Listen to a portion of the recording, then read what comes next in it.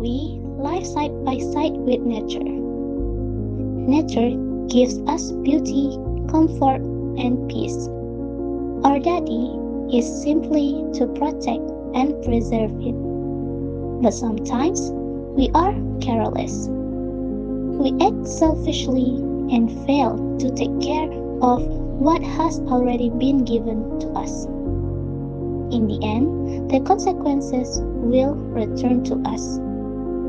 Sooner or later, this world will always be fair. But wouldn't it be better if we choose to protect nature, care for it, and stop doing harmful things to it?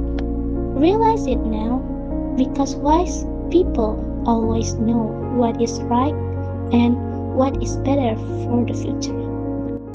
One piece of little strong hastily can ruin nature's beauty. Strong trust in the its purified place because the air deserves to stay clean too. Nature is not on trash can, let's keep it clean together.